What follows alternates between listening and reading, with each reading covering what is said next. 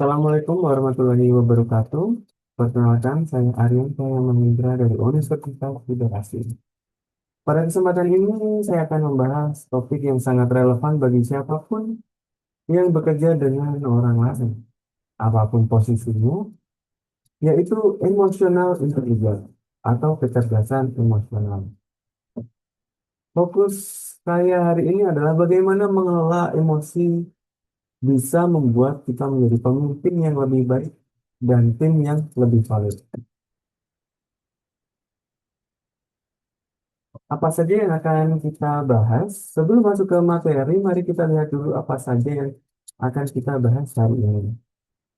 Kita mulai dari mengenal apa itu emotional intelligence dan mengapa penting di tempat kerja.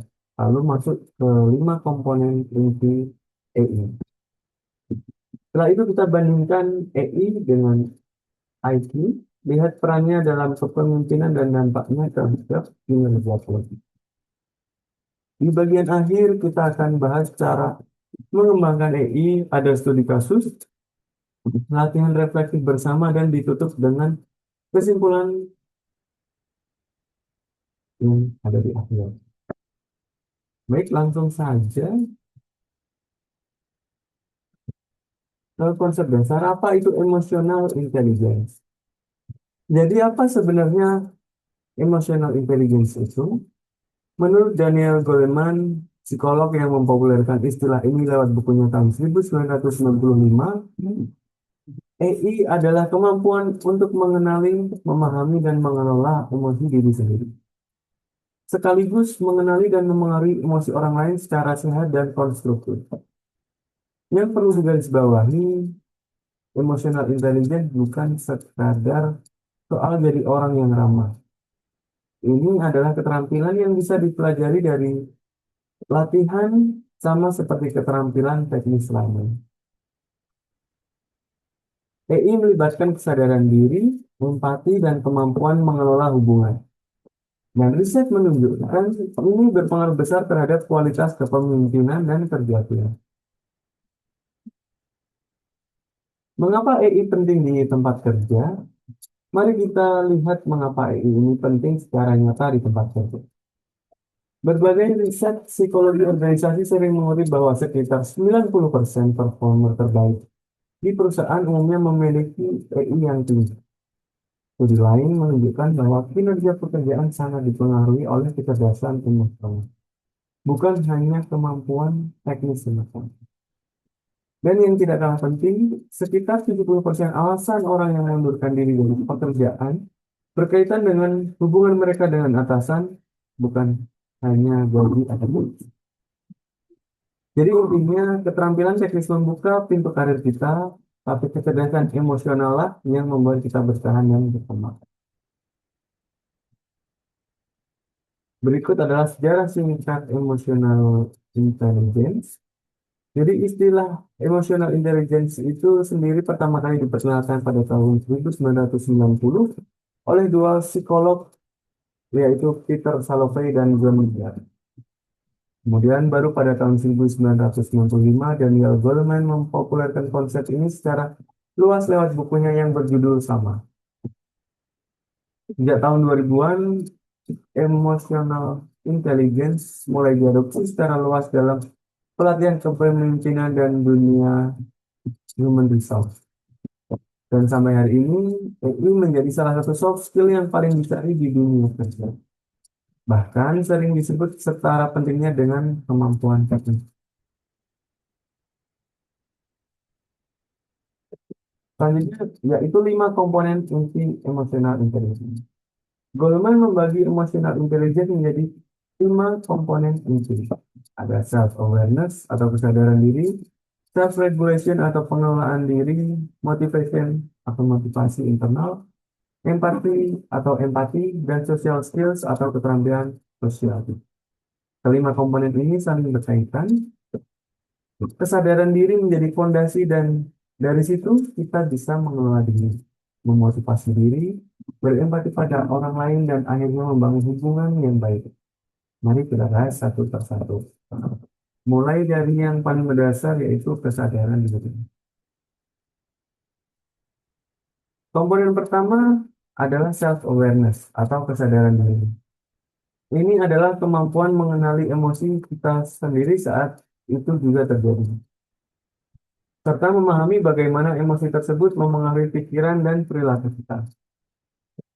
Contohnya begini, saya sadar sedang merasa frustasi sebelum rapat, jadi saya ambil jeda sejenak sebelum merespon email tim. Itu adalah bentuk kesadaran diri dalam praktik. Beberapa cara melatihnya yaitu dengan menulis jurnal emosi harian secara singkat, meminta umpan balik jujur dari rekan kerja, atau melatih mindfulness atau jeda sadar sebelum bereaksi. Selanjutnya yaitu self-regulation atau pengelolaan diri. Ini kemampuan mengelola dan mengekspresikan emosi secara sehat. Tetap tenang dan berpikir jernih meskipun sedang di bawah tekanan. Contohnya, alih-alih membalas pesan dengan amarah, seseorang menunggu 10 menit lalu menulis ulang responnya dengan kondisi yang lebih tenang. Cara melatihnya antara lain bisa dengan teknik napas dalam sebelum merespon, atau menunda respon saat emosi sedang memuncak, dan menetapkan aturan pribadi dalam menghadapi tekanan. Yang ketiga ada motivation atau motivasi internal. Ini adalah dorongan dari dalam diri untuk mencapai tujuan karena alasan pribadi yang bermakna, bukan sekadar imbalan eksternal seperti uang atau status. Contohnya, seseorang tetap semangat menyelesaikan proyek yang sulit karena ingin melihat dampaknya bagi tim, bukan hanya karena bonus yang ditawarkan. Kemudian yang keempat ada empati. Hal ini adalah kemampuan memahami dan merasakan perspektif serta emosi orang lain, lalu meresponnya dengan tepat. Contohnya, seseorang melihat rekan kerjanya diam pada saat rapat, lalu menanyakan kabarnya secara pribadi setelah selesai rapat ini. Kemudian yang kelima atau terakhir, yaitu keterampilan sosial. Ini adalah kemampuan membangun hubungan, berkomunikasi dengan jelas, dan mengelola konflik secara konstruktif. Contohnya, seseorang memediasi perbedaan pendapat antara dua anggota tim dengan mendengarkan kedua sisi terlebih dahulu, sebelum mencari solusi bersama. Dengan ini kita sudah membahas kelima komponen inti emotional intelligence. Selanjutnya yaitu perbandingan antara EI dan IQ. Sekarang kita bandingkan.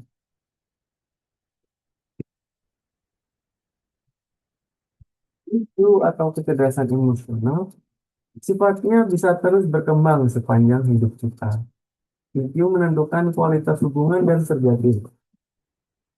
Menjadi kunci keberhasilan kepemimpinan jangka panjang dan membantu kita dalam mengelola stres serta konflik.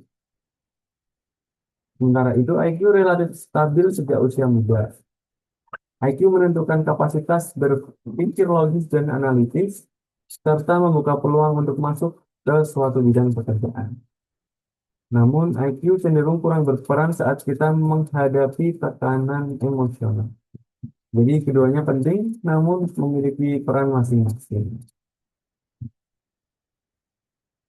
IQ membantu kita untuk masuk pintu, sedangkan EQ membantu kita bertahan dan berkembang di jalan. Kemudian peran emotional intelligence dalam kepemimpinan. Pertama, pemimpin yang berempati mampu memahami kebutuhan timnya, sehingga dapat membangun kepercayaan dan loyalitas dari tim itu sendiri. Kedua, pemimpin yang bisa mengambil keputusan dengan tenang, tidak reaktif, mampu berpikir jernih meski dalam tekanan. Dan yang ketiga, komunikator yang efektif mampu menyampaikan pesan sulit dengan jelas, namun tetap penuh rasa hormat. Dan keempat, pemimpin dengan emotional intelligence tinggi mampu membangun budaya tim yang menciptakan lingkungan kerja yang psikologis aman bagi semua anggotanya. Selanjutnya, dampak AI terhadap kinerja tim. Sekarang mari kita lihat dampak nyata AI terhadap kinerja tim dalam bentuk ilustrasi perbandingan. Tim dengan AI rendah cenderung memiliki skor keterlibatan, retensi, dan kolaborasi yang jauh lebih rendah dibanding tim dengan AI yang tinggi. Perbedaannya cukup signifikan, hampir 2 kali lipat pada beberapa aspek. Mengapa hal ini bisa terjadi? Karena pada tim dengan AI tinggi, konflik diselesaikan dengan lebih cepat dan konstruktif. Komunikasi lebih terbuka dan jujur, serta karyawan merasa lebih dihargai dan didengar. Perlu saya tekankan, angka pada grafik ini bersifat ilustratif untuk menggambarkan tren umum, bukan hasil dari satu studi tunggal tertentu. Namun arah tren ini konsisten ditemukan dalam berbagai riset organisasi. Nah, kemudian bagaimana cara mengembangkan AI itu sendiri dalam diri kita? Sekarang, bagian yang paling praktis, bagaimana cara kita benar-benar mengembangkan emotional intelligence dimulai dari diri sendiri. Langkah pertama, kenali pemicu emosi kita. Catat situasi-situasi yang biasanya memicu reaksi kuat, lalu amati polanya dari waktu ke waktu. Kedua, beri jeda sebelum bereaksi. Latih nafas dalam atau hitung mundur sebelum merespon di saat-saat yang menegangkan.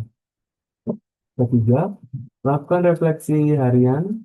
Luangkan waktu sekitar 5 menit di akhir hari untuk meninjau emosi dan respons kita sepanjang hari. Dan keempat, minta umpan balik atau feedback. Tanyakan pada rekan yang kita percaya dan bagaimana kita terlihat saat sedang stres. Kemudian ada cara mengembangkan emotional intelligence bersama orang lain. Selain melatih diri sendiri, kita juga perlu melatih emotional intelligence dalam interaksi dengan orang lain. Pertama, latih mendengar aktif.